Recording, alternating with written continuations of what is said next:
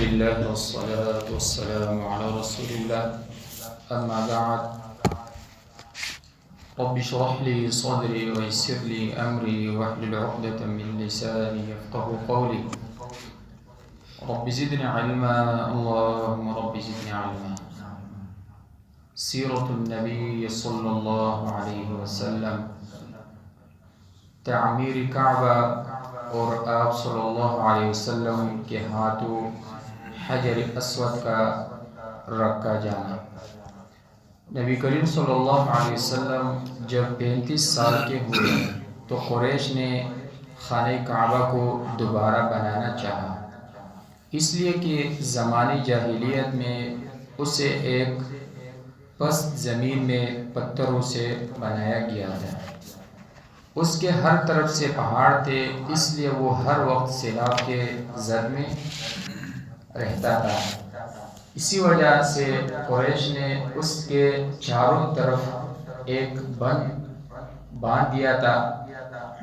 اس کے باوجود اس کے سر اور اس کے اوپر سے سیلاب گزر کر ہمیشہ اس کے لیے خطرہ بنا رہتا تھا، اور پانی اونچا ہو کر بیت اللہ میں داخل ہو جاتا تھا، اور اس کی دیواریں پھٹ جاتی تھی، اور اس کے وہ گر جانے کا ڈر لگا رہتا تھا۔ نیز بیت اللہ کے دروازے زمین سے قریب تھے، اس لیے اس کے خزانوں اور تحفوں کی بارہا چوری ہو جاتی تھی۔ اور اسی طرح انہی دنوں ایک عورت خانہ کعبہ کے پاس خوشبودان لے کر آئی، جس کی ایک چنگاری سے کعبہ کے غلاف میں آگ لگ گئی اور پورا غلاف جل گیا۔ اس لیے قریش نے چاہا کہ اسے صحیح بنا کر اونچا کر دے اور اس پر چھت ڈال دے، اس لیے کہ پہلے سے وہ قد آدم علیہ السلام سے کچھ اونچا پتھروں سے بنا ہوا تھا، جس پر کوئی چھت نہیں تھی۔ اسی دیوار پر اس کا کپڑا ڈال کر لٹکا دیا جاتا تھا، اور حجر اسود اسی دیوار پر ادب اور احترام کے ساتھ رکھا ہوا تھا۔ جب قریش کے لوگ اس کے بنانے پر متفق ہوئے تو اسے 4 حصوں میں بانٹ دیا، تقسیم کر دیا، اور قرآن اندازی کے ذریعے سب نے اپنا اپنا حصہ جان لیا۔ ابن اسحاق نے ذکر کیا ہے کہ سب نے اس پر اور یہ اس بات پر اتفاق کیا کہ اس کی تعمیر پر صرف حلال کمائی خرچ کریں گے، اس میں زانیہ کی اجرت، سود کا مال اور غصب کیا ہوا کوئی مال داخل نہیں ہونے دیں گے۔ پھر سب نے اپنا اپنا حصہ بنانا شروع کیا۔ نبی کریم صلی اللہ علیہ وسلم نے بھی اس کی تعمیر میں شرکت کی۔ اس وقت آپ صلی اللہ علیہ وسلم کی عمر مبارک 35 سال تھی۔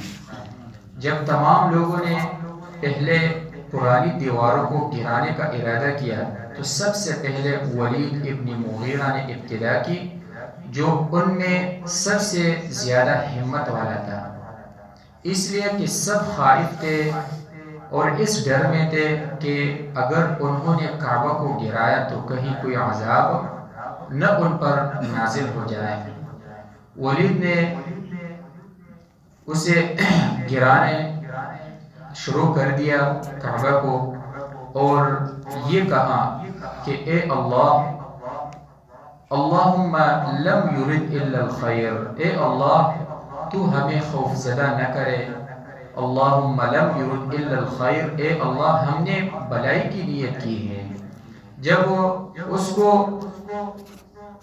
کودتے ہوئے اس کی بنیاد تک پہنچے تو سیدنا ابراہیم خلیل اللہ علیہ السلام نے جو رکھی تھی تو اس مضبوط بنیاد پر نئی تعمیر شروع کر دی۔ ہر قبیلہ اپنا حصہ بنانے لگا۔ قریش کے تمام بڑے بڑے شرفاء اور عظماء اپنے کندھوں پر پتھر ڈھوتے تھے، اور رسول اللہ صلی اللہ علیہ وسلم اور آپ کے چچا عباس رضی اللہ عنہما دیگر لوگوں کے ساتھ اجیاد کے علاقے سے پتھر لاتے تھے۔ ان ہی دنوں رومیوں کا ایک سفینہ، ایک کشتی ساحل جدہ پر آ کر ٹوٹ گیا، تو اہل قریش نے کعبہ کی چھت بنانے کے لیے اس کی لکڑیاں خرید لی، اور باقوم نام رومی بڑی کو جو اسی سفینے میں سوار ہو کر حبشہ جا رہا تھا اجرت پر رکھ لیا تاکہ وہ کعبہ کی چھت بنا لے۔